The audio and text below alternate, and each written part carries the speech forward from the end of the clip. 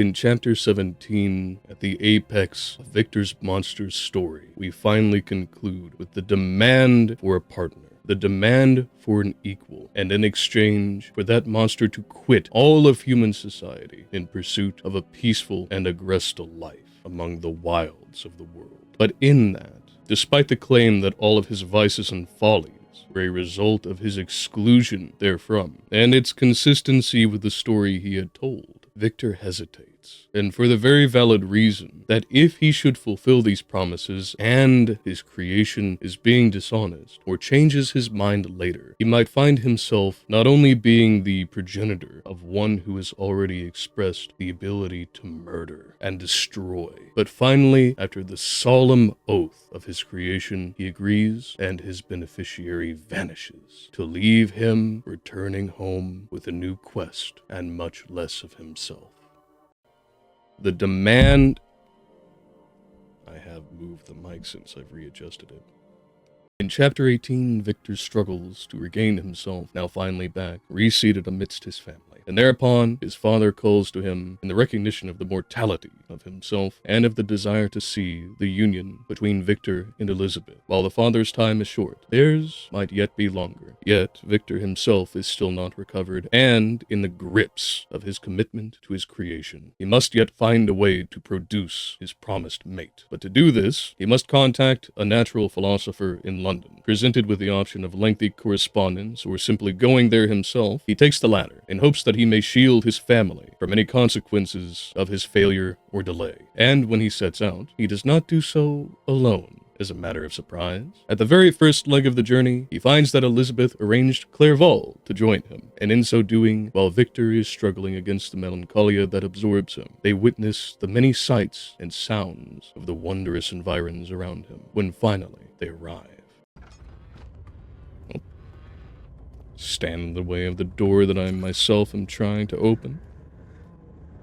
Strong start to the game.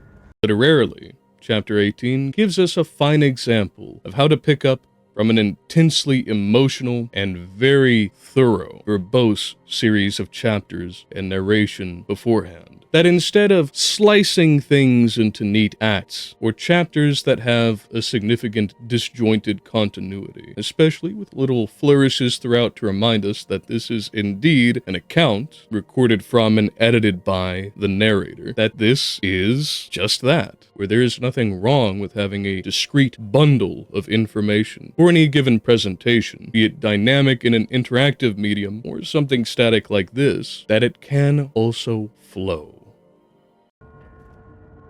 What? You needed an instruction set? In Chapter 19, Victor and Clerval continue their glorious journeys across the many plains, valleys, mountains, and rivers, going from England and eventually by invitation to Scotland. The juxtaposition of the affable and joyous Clerval held starkly against the miserable and entirely reclused Victor. Together, they finally arrive in Perth, and thereafter they depart. Victor on his way to finish his detestable goal in the Orkney Isles, small, secluded, and squalid upon his arrival, and all the while with naught to occupy him but the roarings of the ocean surrounding and the depths of his own anxious despair. By chemistry and biology his labors advance. Back to the nave, then. Why am I walking like I have a limp?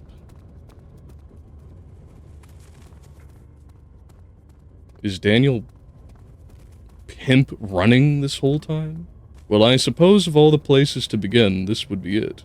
Chapter 19 elucidates the great power of juxtaposition. Not only does it capture the antithetic dichotomy between the external world and the internal world of Victor, but also of the internal world of Clerval to Victor, and of the people around them going through their lives, everywhere besides in the Orkneys, and them. And then finally, between those in the Orkneys, even as it says here, dehumanized through their hardship and their unenviable labors, and how they are so much alike Victor, how much he fits fits into the place, only further emphasizing the difference between those of this sort and everyone else. How the mere environment itself, alongside how people are interacting with it, can shape the entirety of a worldview, and what the material consequences are thereof. Not only do all of these comparisons and contrasts have value literarily, but one can also see the politic and social commentary baked into the thing. And where you may judge for yourself, I think it's fairly accurate, even if couched in a more fantastic tale.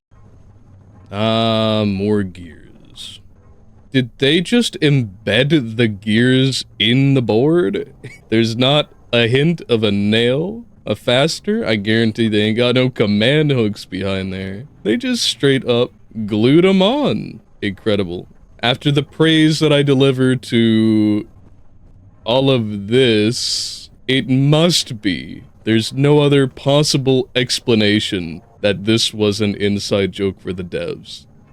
I'm beginning to wonder, considering it's not mere canisters at this point, we can tell, but really any object can apparently hold these memories, visions? I don't believe there's yet been any explanation for it, but it would seem to track that any sufficiently emotionally charged area in the old convention can effectively function as a recording device. We don't just see this in the white screening writings, which appear to overtake one's vision, but also in the voices and narrations that crop up here and there. Well, let's come back to that later.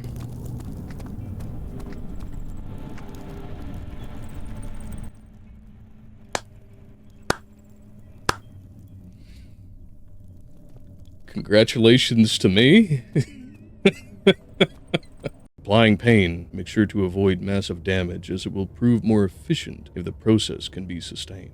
Also apply the pain in doses, if possible, with breaks to let the body settle. If you are whipping or cutting the victim, strike once, wait for the pain to subdue, then strike again. As long as the body suffers, it will continue to produce the vitae and saturate the blood with its properties. Only with careful performance will the victim yield maximum effect. If the victim doesn't behave as expected, it is likely that all will be for naught. Before this happens, feed them the amnesia drink and try again later.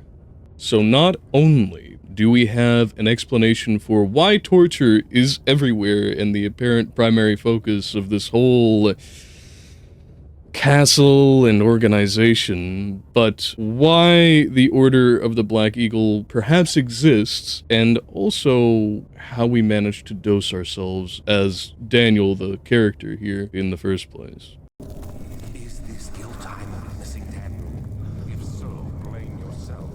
You started this. You brought me here! What you mean? And this is how you repay me? How dare you? Oh, okay, I'm sorry. I just came here with an interesting ball. You decided that this was the greatest time ever to get a new apprentice in your dark, evil magician rituals. I just wanted a place to be. I had to take a moment to pause and listen to this audio, because I thought I had heard one... There it is. I don't know specifically why, but I had heard it a few times in other horror games. It would be almost like a bit crush effect, I think is the term for it, where the audio stream is so compressed, but it is algorithmically maintained in tone, that it has that kind of almost particulated sound to it. It's such a potent addition to the menagerie of drones and wisps that it perfectly encapsulates this otherworldliness. Would you look at that, fellas? They cut a bull out of copper and tin. Anything in there? You're gonna have a barbecue and you're not even gonna let me in? Ah, come on, buddies! That is such an odd shape. A cylinder of stone, round stone bricks forming a lintel. Don't think I appreciate that very much.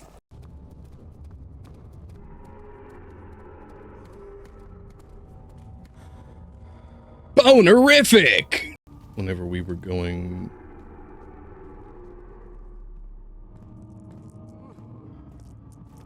Oh no! Reality is so enreddened. Whatever will I do?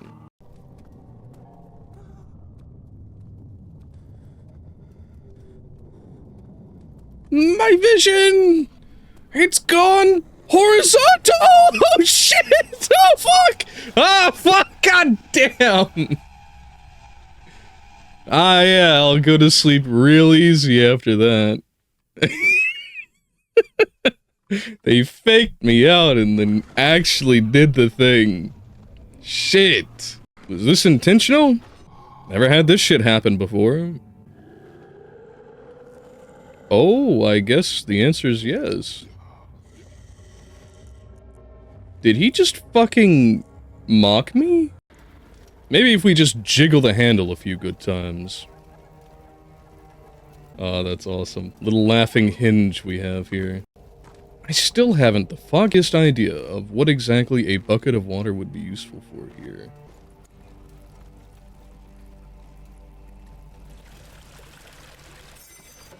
What? This pipe?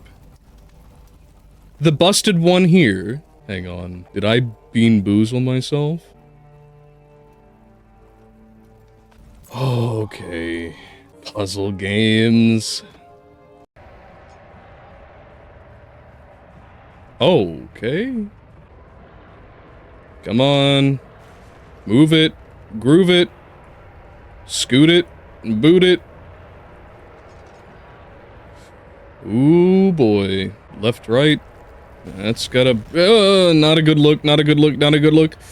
I would prefer to remain this shade, thank you very much. I think you can keep your redshift all the way back there. Thank you kindly. And in fact, now that I'm here at the end, I'll leave you behind.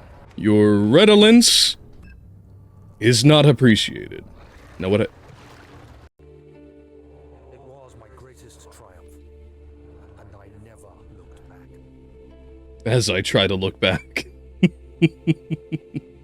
And that's all she wrote. Well, let's see. While we didn't get to save Agrippa, we did save ourselves and take care of Alexander at the same time. Considering that Daniel was just a hapless individual who found himself here not so very different as he pointed out in his own letters to those whom he tortured and killed. They were all contorted and warped, all for the purpose of the grander scheme of endless power. And finally, at the termination of it all it took was pushing over a few pylons. In my time with this game, while there was certainly a great deal of trials and tribulations, as you would expect out of it, and some befuddlement and puzzlement that I think is just a consequence of the genre, the inheritance of puzzles and puzzle games. The aesthetic remained mostly consistent through and through in every front, from visual to audio to mechanic. The UI and mechanics remained perfectly serviceable, nothing really to praise highly or critique significantly, and the entire experience had next to no bugs, with one minor exception. All in all, it's a piece that I think made strong efforts to provoke thought about sacrifice, cost, viciousness, and desire. And while it doled it out in a way that is piecemeal, I think it did so successfully, albeit in a very poetic and verbose fashion. I think that I would rate it 8 out of 10. For the time it was released in 2010, I think it has aged very well, where it does not compete exceptionally with other first-person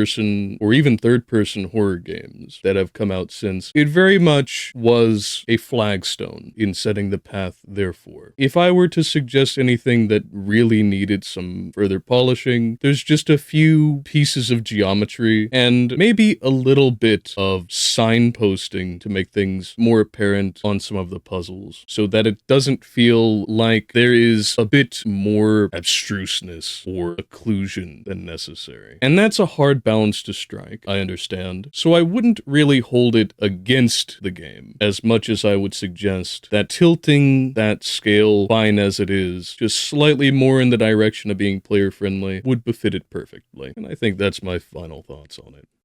I thank you all for joining me here today. Like, share, and subscribe. If you want to see more of us, you can find us over on X, Twitter, Instagram, or Spotify and BitChute, if you thought it worthy of a little bit more insofar as some of your hard-earned monies. We have Patreon if you'd like to be a more recurrent subscriber to the channel, or Stream Elements, as linked in the description below, where you can make a one-time donation of any amount. But without further ado, I wish you all to never miss your opportunity.